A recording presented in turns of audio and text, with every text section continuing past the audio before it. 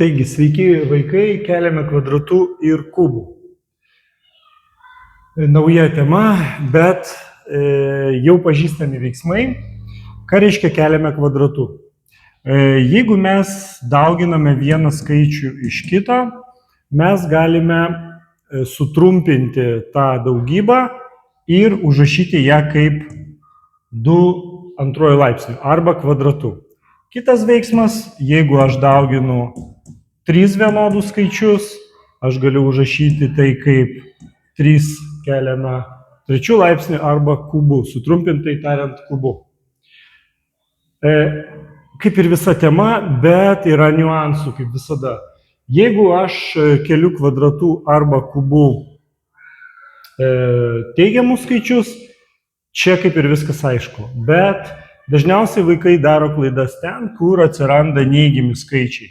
Taigi, jeigu aš noriu pakelti 2 laipsnių arba kvadratu, noriu pakelti -3, aš turiu suprasti, kad tas skaičius prie rodiklio yra pagrindas ir jis yra visas skaičius, kurį man reikia padauginti iš savęs. Taigi, aš turiu -3, visas, kas yra skliaustuose, padauginti iš -3. Tokiu būdu čia atsiranda dar viena taisyklė, kur yra daugybė tarp neigiamų ir teigiamų skaičių. Ir mes su jumis žinome, kad jeigu mes dauginam minusą iš minuso, visada gaunam pliusą. Tai mano atsakymas yra +9. Taigi jeigu -3 pakelsiu kvadratu, aš gausiu +9. Kas bus, jeigu aš -2 pakelsiu kubu? Lygiai taip pat kaip ir čia, aš turiu paimti tą pagrindą, kuris yra prie rodiklio ir sudauginti 3 kartus, arba 3 skaičius sudauginti 2 kartus. Gerai, parašysiu taip. Gerai, aš suprantu, kad -2 turiu padauginti iš -2 ir padauginti iš -2 dėl to, kad turiu 3 pagrindus sudauginti tarpusavėje. Bet koks bus atsakymas ir kokia jo reikšmė? Taigi, pirmiausia, pabandau sudauginti šitą dvejetą -2 su šitais -2.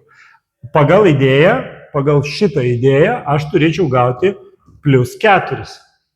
Taigi, toliau +4 turiu padauginti iš -2. Tai pagal idėją minus ir plius sudauginus gausiu minusą atsakymą. Taigi, mano atsakymas -8. Taigi matot, kad jeigu aš keliu kvadratu arba kubu teigiamus skaičius, aš ir gaunu teigiamus skaičius. Bet jeigu keliu kvadratu neigiamą skaičių, gausiu teigiamą atsakymą. Jeigu keliu kubu neigiamą skaičių, gausiu neigiamą atsakymą. Dar vienas pavyzdys, kuris labai dažnai naudojamas. Kas bus, jeigu aš pakelsiu kubu štai va tokį skaičių be skliaustų? Aš turiu suprasti, kad tas laipsnis 3, jisai priklauso viskam, kas yra šalia jo. Šiuo atveju šalia jo yra skliaustai, šalia trejeto yra skliaustas, o viskas, kas skliaustai, yra pagrindas. Dabar šiuo atveju šalia trejeto yra tik tai dvejetas. Minusas lieka už borto. Taigi pagal idėją aš turėčiau užrašyti taip. Kaip matote, jeigu 3 kubų, tai 3 × 3 × 3. Šiuo atveju 2 kubų, tai turėčiau parašyti 2 × 2 × 2. Kaip matote, tas minusas jis lieka už borto ir jis turės labai didelę reikšmę mano atsakymui. Šiuo atveju mano atsakymas yra -8. Atrodo, kad ir toks pats sprendimas kaip ir čia, bet iš tikrųjų sprendimas skiriasi tuo, kad čia aš kėliau kubu visą skaičių -2, o čia aš kėliau kubu tik tai dvejetą, o minusas jisai liko už borto ir turėjo reikšmę tik tai pačiam atsakymui.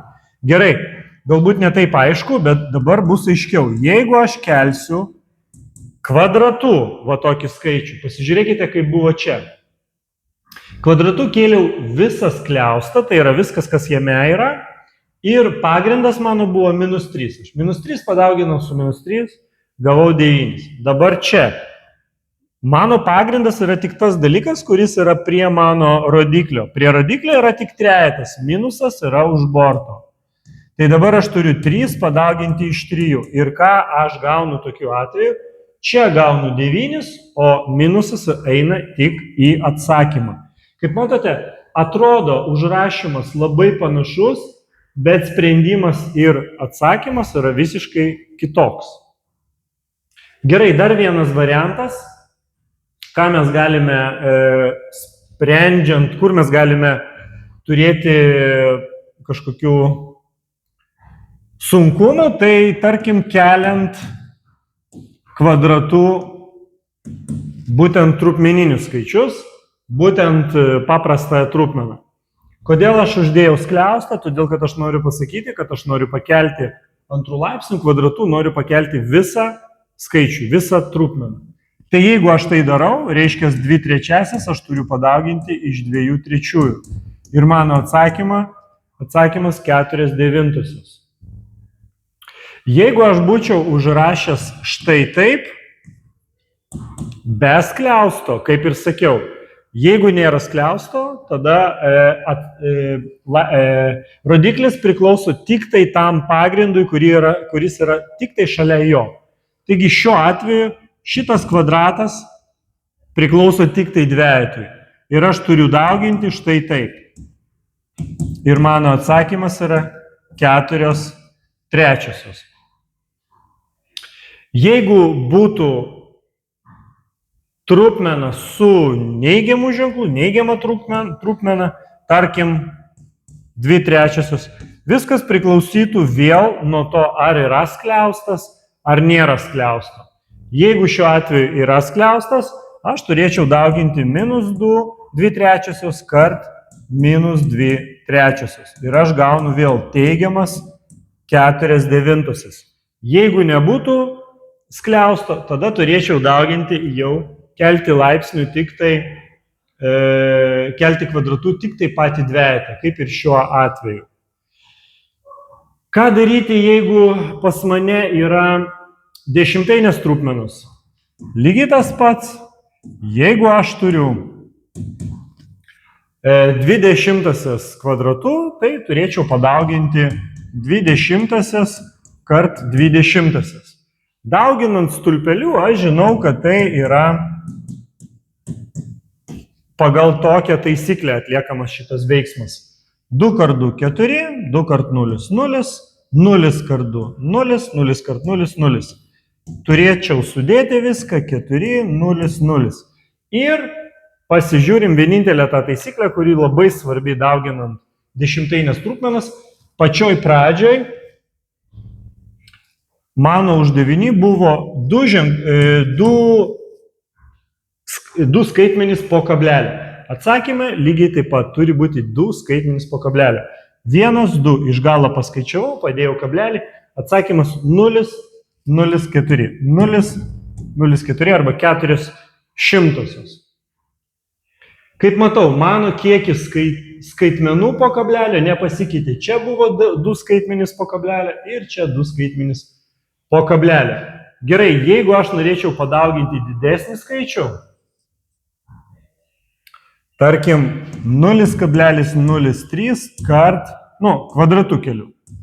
Tai 0,03 kart 0,03. Pasižiūrim irgi, kaip tai atrodys dauginant stulpeliu. 0,03 dauginu iš 0,03. 3 kart 3 - 9, 0, 0, čia 0 ir čia 0. Atsakymas sudedu viską ir gaunu 9, 0, 0, 0, 0.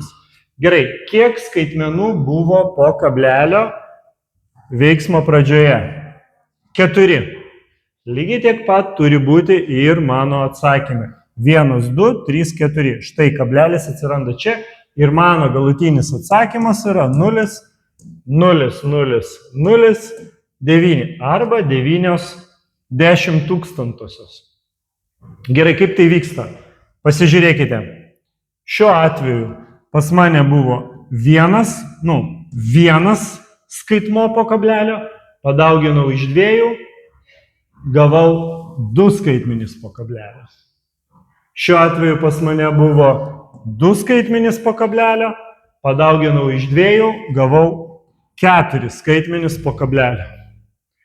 Jeigu suprantate šitą veiksmą, tai jūs visada lengvai galėsite padauginti bet kokį skaičių, pakelti kvadratu arba kubu ir gausite gerą atsakymą. Tarkim, kaip pavyzdys, aš noriu pakelti kvadratu štai va tokį skaičių.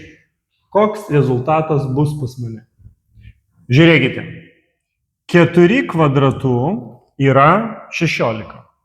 Rašau, 16. Dabar aš suprantu, kad tai bus kažkoks mažas labai skaičius su 0 kableliu.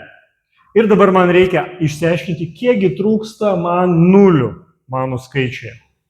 Pasižiūriu, 4 skaičiai, 4 skaitmenys buvo po kablelio pradžioje, kėliau kvadratu, reiškia, tiesiog reikia padauginti iš 2, atsakymas 8. Skaitmenų po kablelio atsakymę aš turėčiau turėti 8. 2 jau turiu, man liko 6 nuliukai. Štai mano atsakymas. 40 tūkstančius kvadratų pakėlus aš gausiu va tokį rezultatą. Tikiuosi, kad viskas buvo aišku. Ačiū, iki.